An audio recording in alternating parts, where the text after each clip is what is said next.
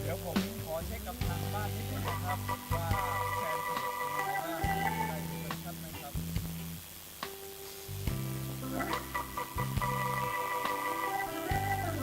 สักครู่เดียวครับกำลังเปิดดู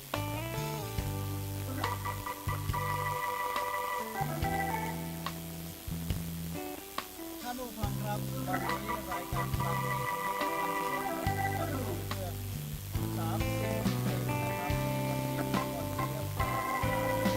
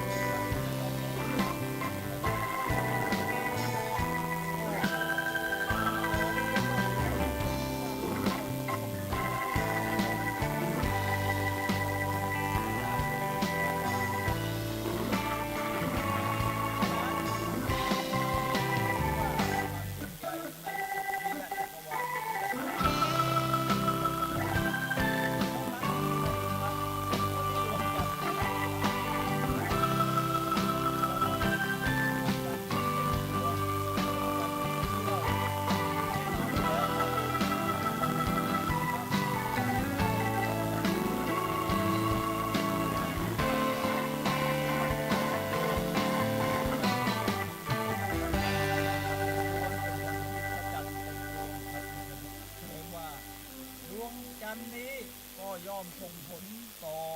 ความแวดล้อมดวงอาทิตย์กับดวงจันทร์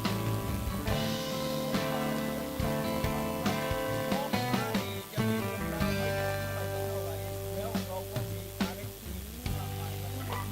จักรวาลไม่รู้จะไปวัดกันก่อนนี่คือสิ่งที่มนุษย์ความมหัศจรรย์ครับเรายังหาคำตอบในเรื่องของจักรวาลได้ไม่ครบถ้วนครับฉะนั้นที่เรา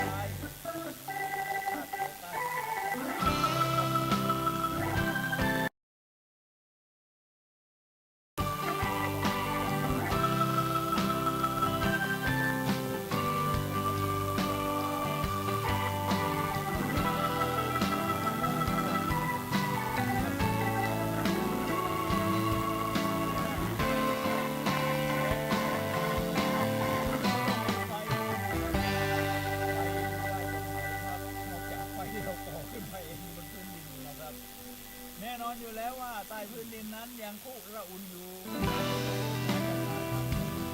อย่าทำว่า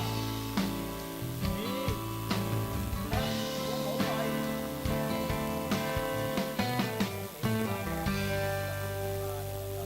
ฉะนั้นมีความสุขส่วนที่สร้างความประทับใจจากนั้นก็จะมีน้ำส่วนใหญ่ก็จะที่หนึ่งของเราน้ำนี่เป็นสิ่งหล่อเลี้ยงโดยเฉพาะน้ำจากมหาสมุทรมากแต่ที่สำคัญก็คือว่าน้ำนี่นะครับมีความใช้ในการตั้งแต่ที่เราใช้เราก็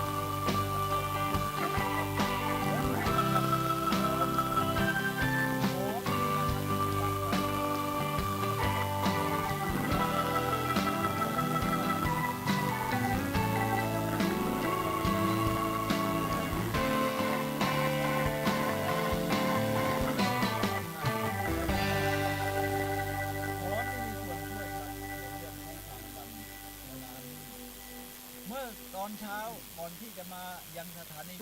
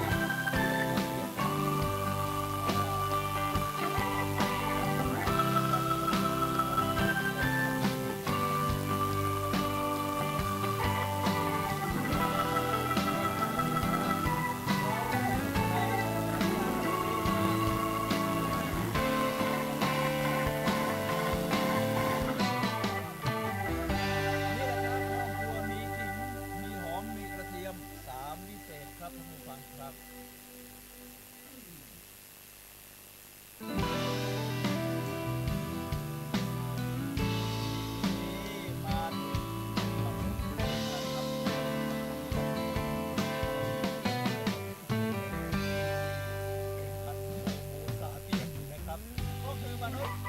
ยชาติมนุษยชาติมีสามมิติครับอะไรทำให้เราเดินได้สร้างสรรค์ได้มีจินตนาการทำนวัตกรรมขึ้นมาได้ มีสามมิติก็คือ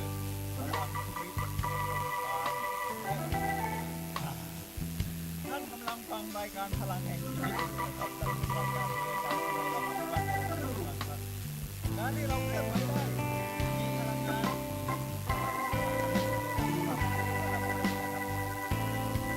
ทั้งพลังความคิดสร้างสรรค์ใจต่างๆนะครับมันมาจากพลังชีวิตที่ได้รับความ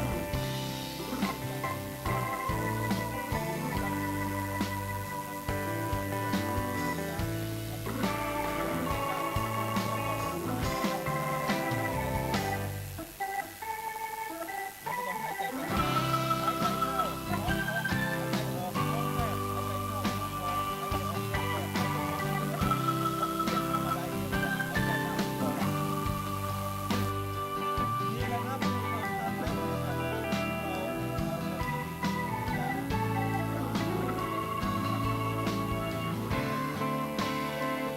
มาธินะครับเราก็มีสมถะสมาธิแน่นอนอยู่แล้วหายใจสังเกตอาการของการหายใจหายใจออกสั้นยาวสั้นยาวนี่แหละครับความวิเศษของลมหายใจเราหายใจด้วยท้องหายใจเป็นนี่ก็จะทำให้เราดีขึ้นจิตวิญญาณวิญญาณมันมีความที่สิ่งมีชีวิตนี่ก็มีวิญญาณแบบนี้แหละครับมีนักรู้มีสังเกตมีธรรมะฉะนั้นในตัวมนุษย์เ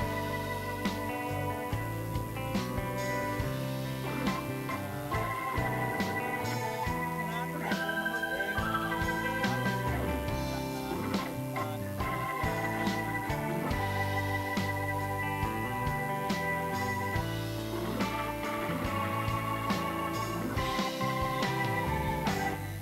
ความสำเร็จมีสามมิติอย่างความสำเร็จนะครับคนส่วนใหญ่ไม่ได้ทำอย่างนั้นเป้าหมายเดียวกันอย่าดู